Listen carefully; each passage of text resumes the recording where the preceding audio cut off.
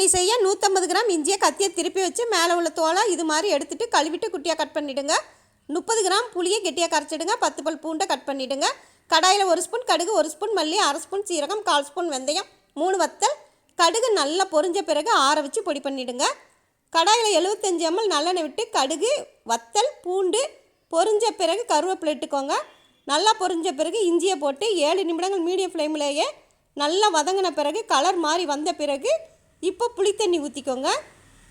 உப்பு, கொஞ்சமாக மஞ்சத்தூள், காஷ்மீரி வத்தப்பொடி கலந்து விட்டுட்டு மீடியம் ஃப்ளேமில் 5 நிமிடங்கள் கொதித்த பிறகு லோ ஃப்ளேமில் வச்சுட்டு 2 நிமிடங்கள் கலந்து விட்டுட்டு பொடியை போட்டுக்கோங்க.